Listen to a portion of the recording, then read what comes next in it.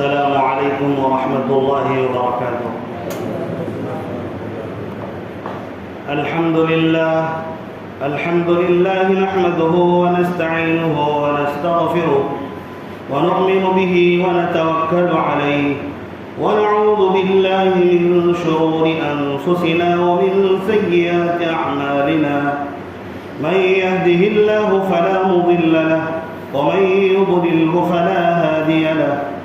ونشهد أن لا إله إلا الله وحده لا شريك له. ونشهد أن سيدنا ومولانا محمدا عبده ورسوله. اللهم صل على سيدنا محمد وبارك وسلم وعلى آله وأصحابه أجمعين. أما بعد فأعوذ بالله من الشيطان الرجيم. بسم الله الرحمن الرحيم. إن الله اشترى من المؤمنين أنفسهم وأموالهم بأن لهم الجنة يقاتلون في سبيل الله فيقتلون ويقتلون. صدق الله العظيم.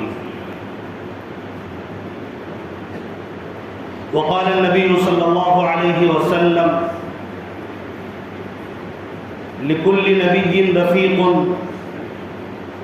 في الجنة ورفيقي في الجنة عثمان، أو كما قال عليه الصلاة والسلام. میرے واجب الاحترام بزرگوں اور عزیز ساتھیوں، عاشقان رسول الصحابہ، اللہ تبارک و تعالیٰ کا احسان و کرم ہے کہ اللہ تبارک و تعالیٰ نے ہم سب کو اپنے آخری نبی حضرت محمد صلی اللہ علیہ وسلم کی امت میں پیدا فرمایا، اور قرآن مقدس میں اللہ تبارک و تعالیٰ نے اعلان بھی فرما دیا: اليوم اکملت لکم دینکم واتممت علیکم نعمتی ورضیت لکم الاسلام دینا، کہ آج کے دن ہم نے دین کو کامل اور مکمل کر دیا ہے،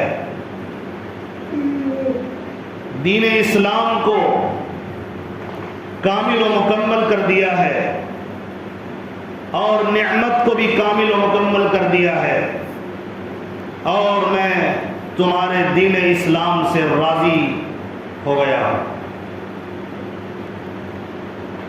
میرے معزز ساتھیوں، یقیناً اللہ تبارک و تعالیٰ نے احسان کیا، اور بہت بڑا احسان کیا. بڑے ناقدر ہیں وہ لوگ جو اس احسان کی قدر نہیں کرتے کہ ان کو اللہ تبارک و تعالیٰ نے ایمان کی دولت سے بھی نوازا اور آخری نبی کی امت میں بھی پیدا فرمایا. سب سے بہترین امت اللہ تبارک و تعالیٰ نے اس امت کو قرار دیا، اور قرآن میں اللہ تبارک و تعالیٰ نے اعلان بھی کر دیا: کنتم خیر امہ، کہ تم بہترین امت ہو. میرے دوستو بزرگوں، اللہ تبارک و تعالیٰ نے دین کامل و مکمل کر دیا اور اعلان بھی کر دیا. قرآن مقدس میں اعلان کیا ہے.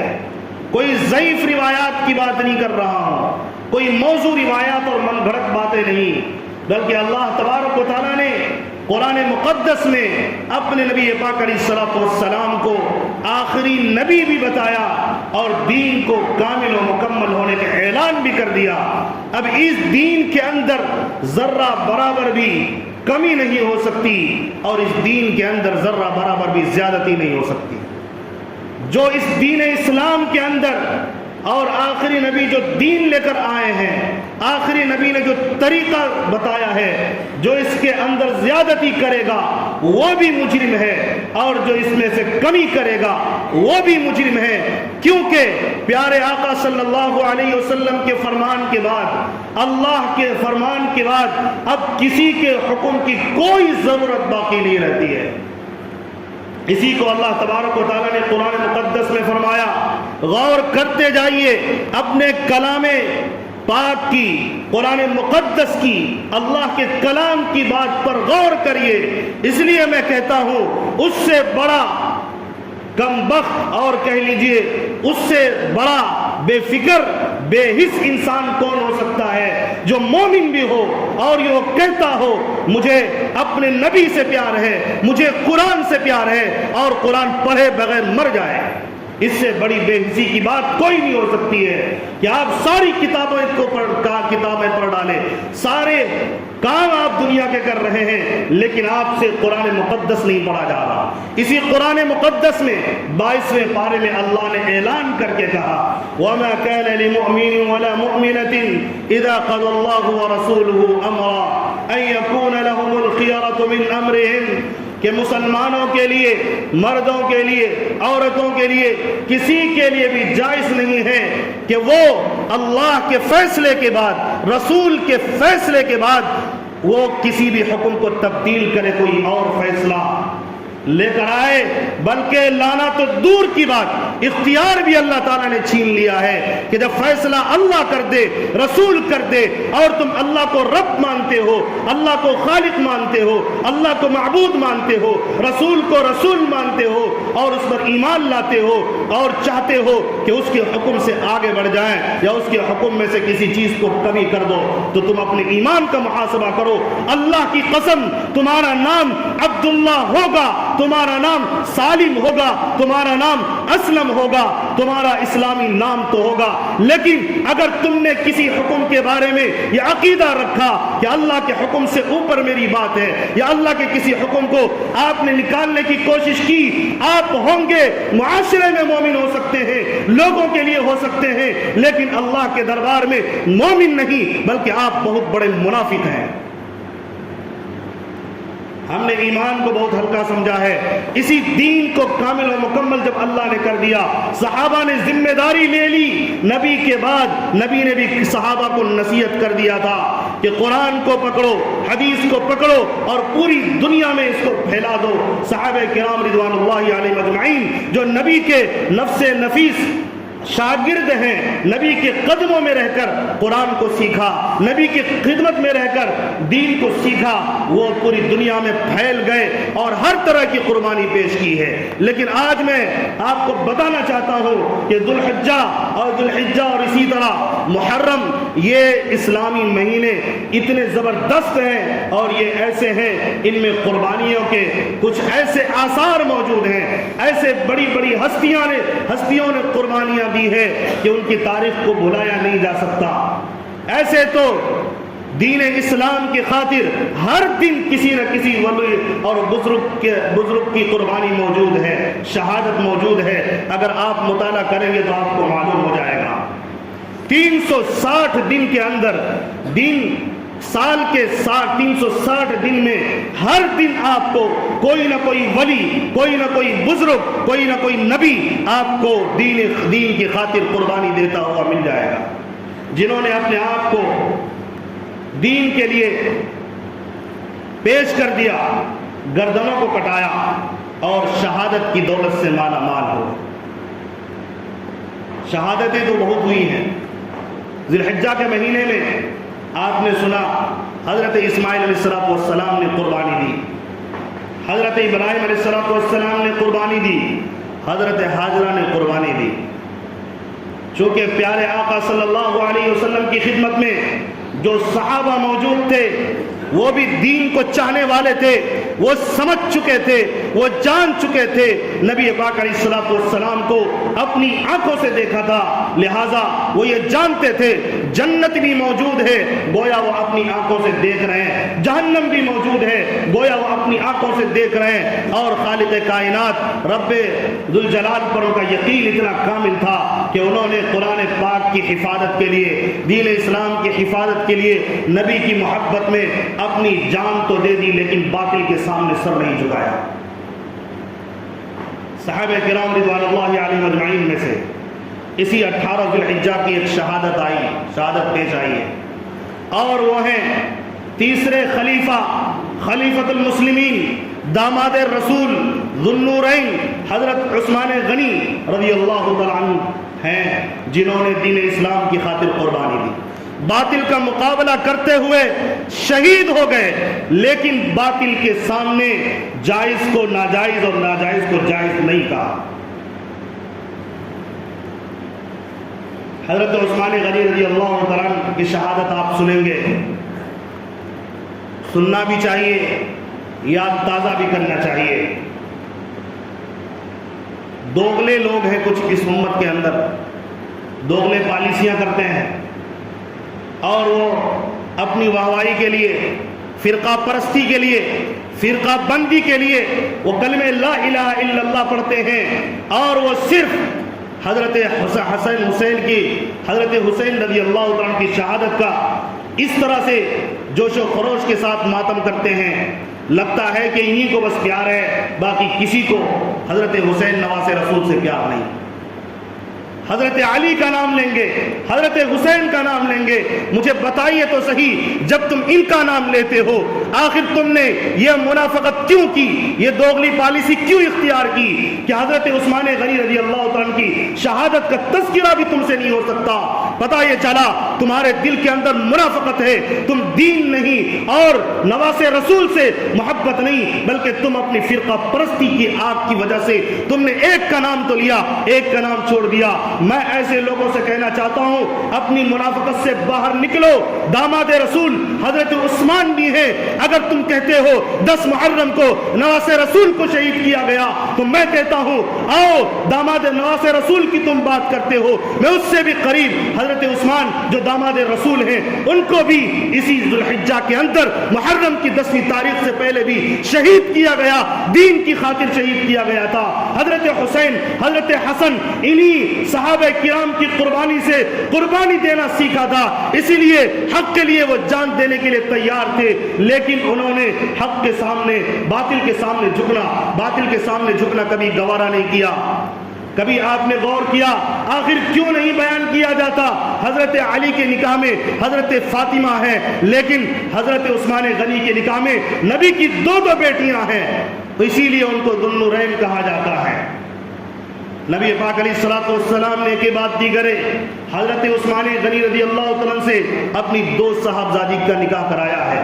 ہاں نبی نے علی الاعلان فرمایا لوگو میری امتیوں کام کھول کر سن لو، لکل نبی رفیق فی الجنہ ورفیقی فی الجنتی، عثمان کیا ہر نبی کے لیے جنت کے اندر ایک ساتھی ہوگا، لیکن یاد رکھو میرا ساتھی جنت میں عثمان ہے جو میرا داماد ہے۔ ان کو کیوں بلا دیا، ان کی قربانی کو کیوں بلا دیا؟ پتہ یہ چلا تم فرقہ پرستی کی آگ میں جل رہے ہو، اسی لیے تم نے حضرت عثمان کی شہادت کو بیان نہیں کیا، حضرت عثمان کی بہادری کو بیان نہیں کیا، حضرت عثمان غنی کی قربانی کو تم نے بھلا دیا۔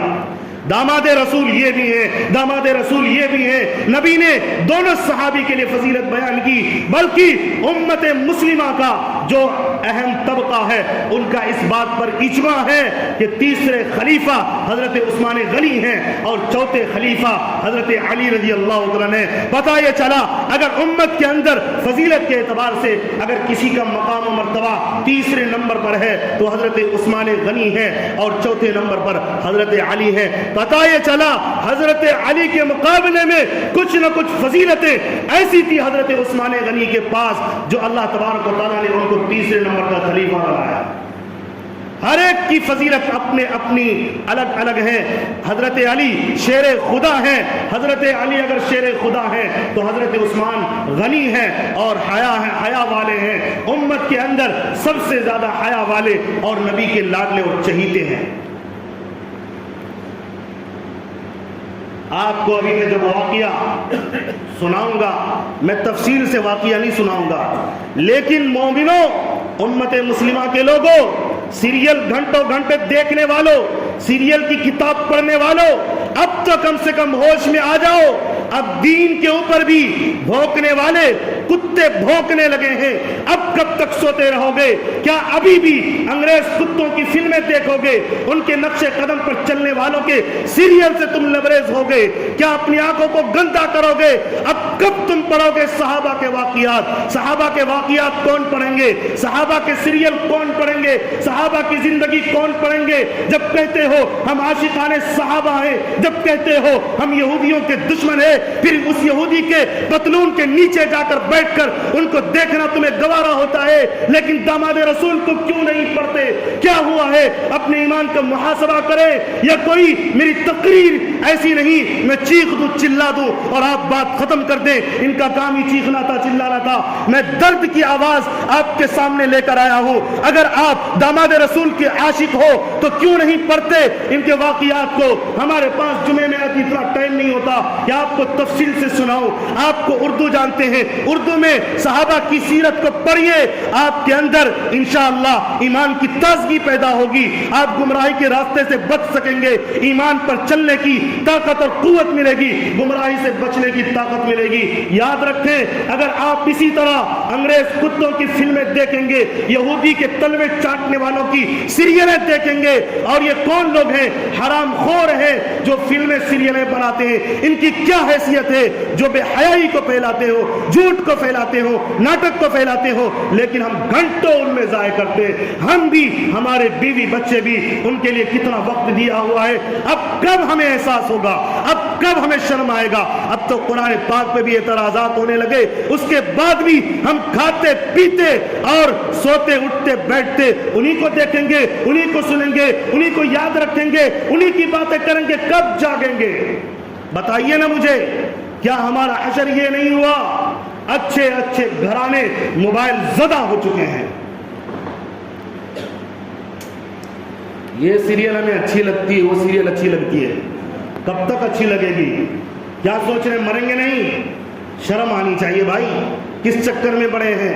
سیریل پڑھنی ہے نبی کی پڑھیے، سیریل پڑھنی ہے صحابہ کی پڑھیے، آپ کے اندر ایمان کی تازگی آئے گی۔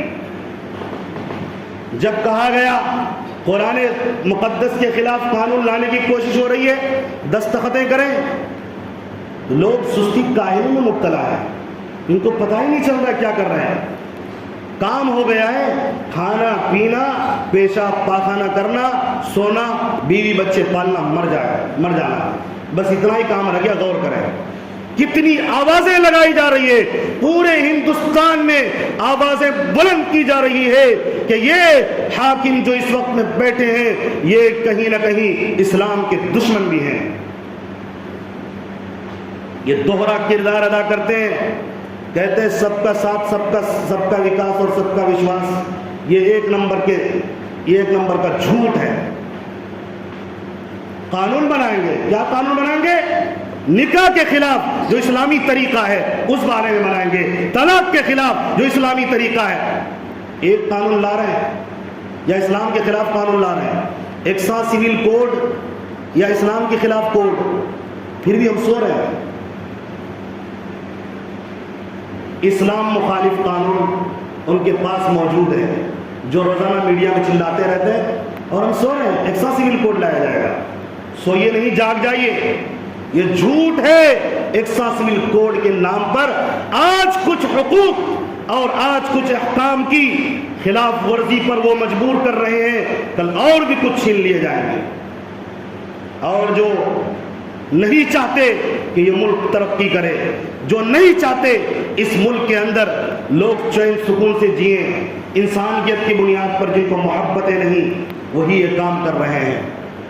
کیونکہ اسلام وہ مذہب ہے جو عیاشی نہیں سکھاتا، اسلام وہ مذہب ہے جو دوسروں کے لیے جینا مرنا سکھاتا ہے، دوسروں کی خاطر ان کے حقوق کو ادا کرنا سکھاتا ہے۔ اور سب سے بڑی بات یہ ہے وحدہ لا شریک لہ، جو اللہ کی ذات ہے، جو خالق ہے، پروردگار ہے، اس کے سامنے جھکنا سکھاتا ہے، ہر در سے ہٹا کر اللہ کے سامنے جھکنا سکھاتا ہے۔ یہی تو ان کو جلن ہے، اور کیا ہے؟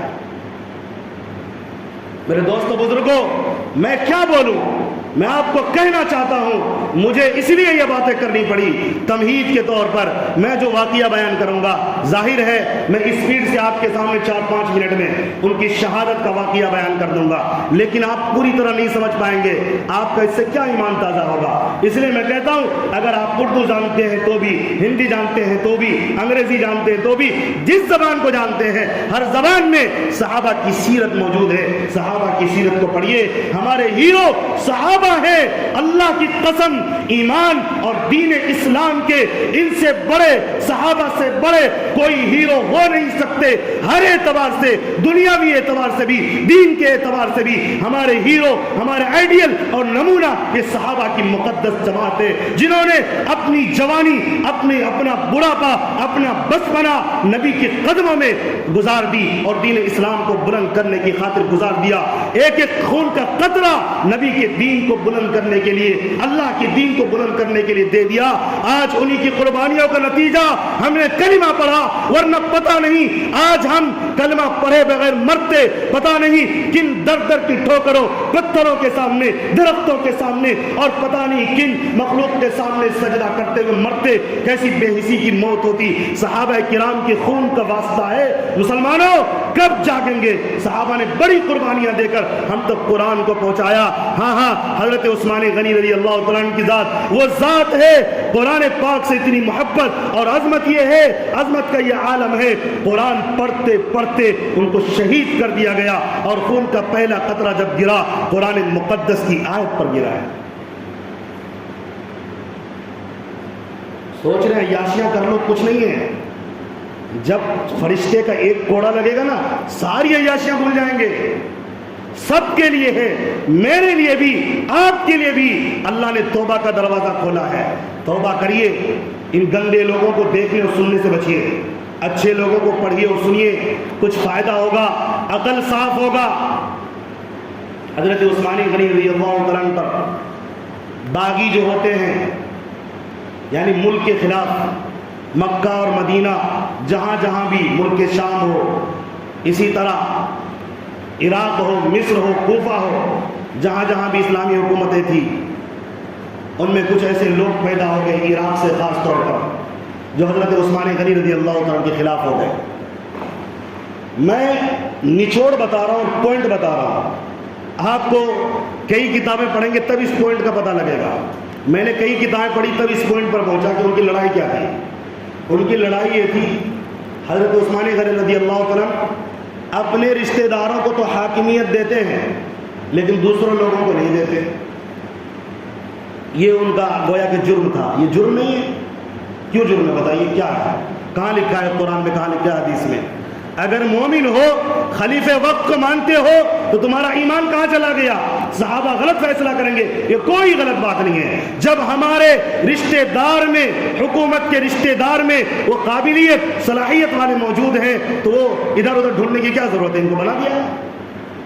سمجھ رہے ہیں نا بات؟ یہی دشمنی تھی خاص طور پر. اور بھی ہو سکتے وجوہات, لیکن خاص ایک وجہ یہ تھی. کئی کتابوں پڑھ کر بتایا ہوں, آپ اس کو غور کر لیجئے گا. اسی لیے میں کہتا ہوں پڑھیے آپ. تو آ گئے یہ لوگ, مدینہ آ گئے. مسجد نبوی میں جمعے کی نماز کے وقت میں حضرت عثمان غنی رضی اللہ عنہ خطبہ دے رہے تھے. ایک ظالم کھڑا ہوا چلانے لگا, ممبر پر سے اتر جائیے, آپ ہمیں خطبہ نہیں دے سکتے, ہم آپ کو امیر المؤمنین خلیفۃ المسلمین نہیں مانتے, آپ کو خطبہ دینے کا کوئی حق نہیں.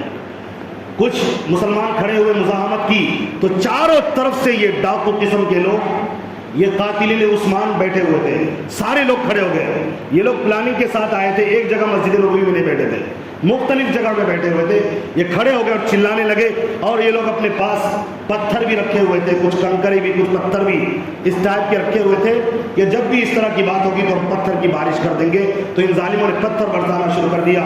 حضرت عثمان غنی رضی اللہ تعالیٰ کو اتنے پتھر مارے ان ظالموں نے, حضرت عثمان غنی رضی اللہ تعالیٰ ممبر پر سے بے ہوش ہو کر گر گئے. ان ظالموں کو احساس تک نہیں ہوا جو نبی کے نام پر, اللہ کے نام پر حضرت عثمان غنی سے لڑنے آئے تھے، نبی بازوں میں آرام فرما رہے ہیں، روضہ رسول موجود ہے، اسی مسجد نبوی میں ممبر کے قریب نبی موجود ہے، اللہ کا حکم ہے یا ایھا الذین آمنوا لا ترفعوا اصواتکم فوق صوت النبی، اے ایمان والو نبی کے سامنے اپنی آواز بلند مت کرنا۔ لیکن ان بلوائیوں کو دیکھیں، ان ظالموں کو دیکھیں، انہوں نے ہنگامہ کھڑا کر دیا اور جھگڑا شروع کر دیا۔ نبی موجود ہیں، نبی سن بھی رہے ہیں، کیونکہ نبی قبر میں زندہ ہوتے ہیں، آس پاس والوں کی آوازیں سنتے ہیں، نبی سنتے ہیں، لیکن یہ ظالمین چونکہ حکومت کے بھوکے تھے، دنیا کی حکومت کے بھوکے تھے اور ان کو اپنی پیٹ کی پڑی تھی۔ لیکن اگر یہ واقعی میں سچے ہوتے، حضرت عثمان سے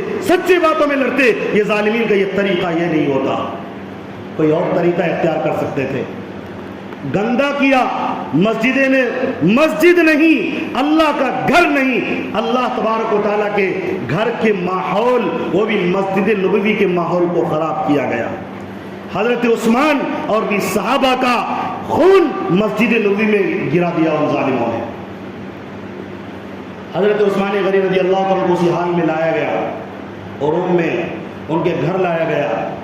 لانے کے بعد جب ہوش آیا، حضرت عثمان غنی رضی اللہ تعالیٰ نے یہ نہیں پوچھا کہ وہ ظالمین کہاں گئے، ان کا بدلہ لینا ہے، بلکہ یہ پوچھا کہ کہیں میرے لوگوں کو، امت مسلمہ کو کوئی تکلیف تو نہیں پہنچی میری وجہ سے۔ یہ تھے خلیفۃ المسلمین، امیر المؤمنین، زخمی حالت میں ہیں، لیکن پوچھتے ہیں کہ لوگوں کا کیا حال ہے، اپنی حالت بھی بھول چکے ہیں۔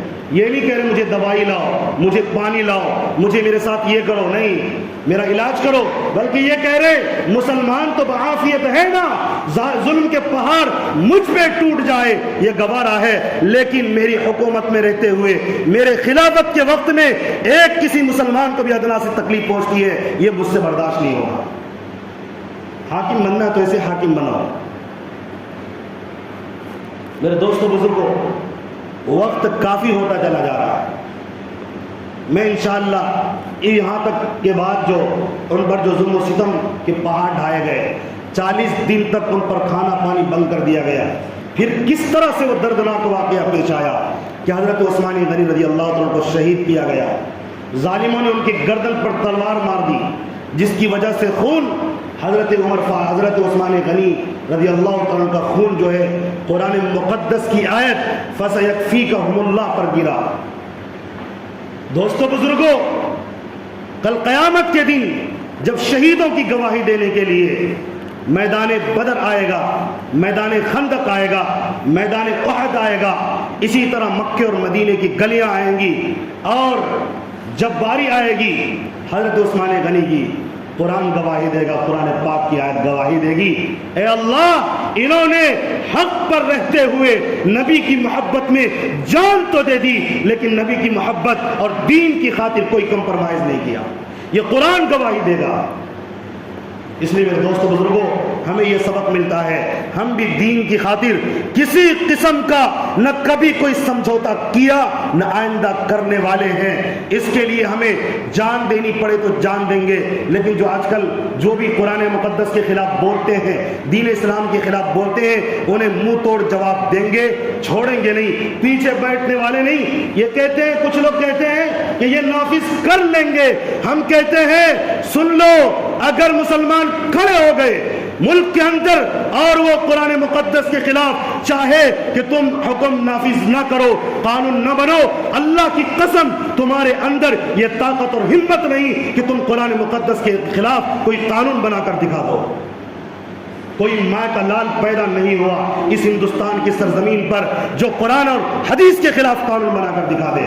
ہم تمام امت مسلمہ اس بات کا عہد کلمہ پڑھتے وقت کر لیا تھا، ہم چلیں گے بھی، عمل بھی کریں گے، قرآن پاک کی ایک آیت کی حفاظت کریں گے نا انشاءاللہ۔